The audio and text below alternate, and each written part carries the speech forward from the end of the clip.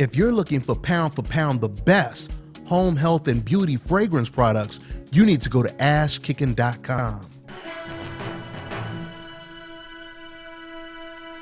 My name's Courtney, and you're watching DONTAE'S Boxing Nation.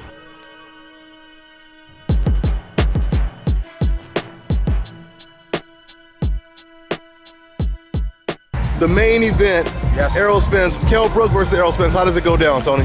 How does it go down? It's all about the first 4 or 5 rounds for me in this fight, because if Kell Brook allows Errol Spence Jr. to get into a rhythm and a flow, it is very hard to remove a southpaw like him out of that rhythm. So Kell has to start quick and has to take away any kind of confidence that Errol Spence has early. If he doesn't do that, it's going to be a hard night, because for me, I look at Errol Spence as kind of like a southpaw Vernon Forrest. He does everything right. Everything's long and straight, but he can also mix it up to the body too. He does everything very good. I'm just not sure yet how he's going to respond to the hard times in fights, because we ain't seen him, in all honesty, had it.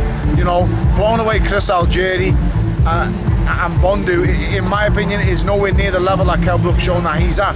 So what the questions are, Kell Brook's weight, obviously, because he was at 160 with not a shred of fat on him. He's back down to 147. How's that going to affect? Is that going to have the Roy Jones effect? Yeah. The man who was never the same when he came back down. For me, Roy Jones retires after John Ruiz, the greatest fight that ever graced the sport. Is Kell going to be good when he comes back down? On the other stance, is Errol Spence everything you guys make him out to be? Because at this moment in time, his best win on his record is Chris Algieri. But Tony, you don't feel, because he was able to do something to Algieri that Pacquiao with much more experience, he couldn't do. He knocked him down 6 times and couldn't figure out how to knock him out. And Errol kind of figured it out. You don't think that? And even the Bundu situation. But are you telling me that's the same Pacquiao that faced Cotto? Well, they said that was the best Pacquiao in a while. They had said that after he beat Algieri. When I watched that man go in against Miguel Cotto, now that's the best Manny Pacquiao that I've ever seen. Ever. You know, this is a guy who he did look great. Yeah, he did look great. This is a guy who. But Cotto came forward though. Algieri was going backwards. He was, and he runs all night. But for me, Errol Spence is a completely different opponent than Manny Pacquiao.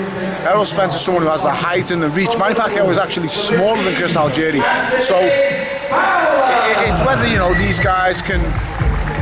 I think, in my opinion, the way this fight goes, I see Kell winning on points. Okay. But only if he starts quick.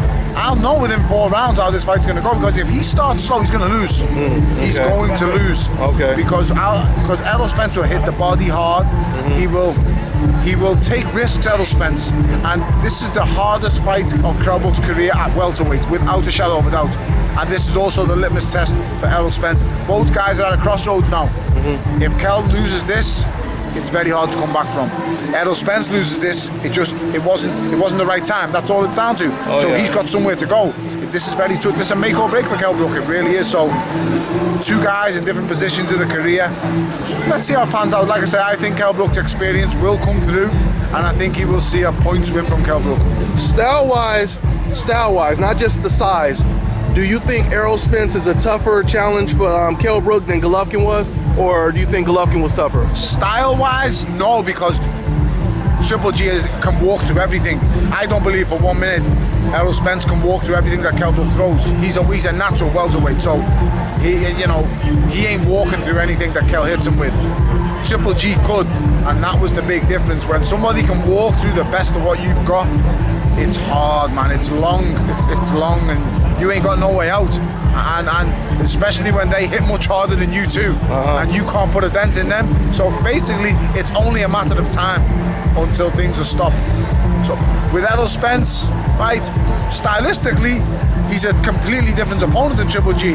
But on the other hand, he's got some skills too. I'm not going to say and tell lies. Errol Spence is very, very gifted, goes the body extremely well.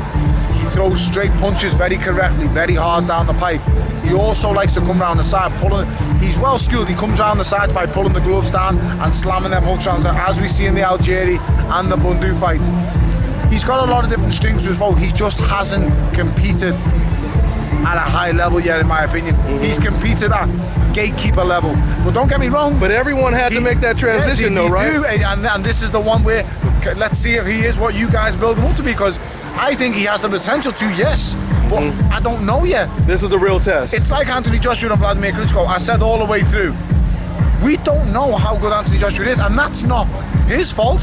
He's just been too good for his own good. Yeah. And that's how it's been for Errol Spence. Yeah.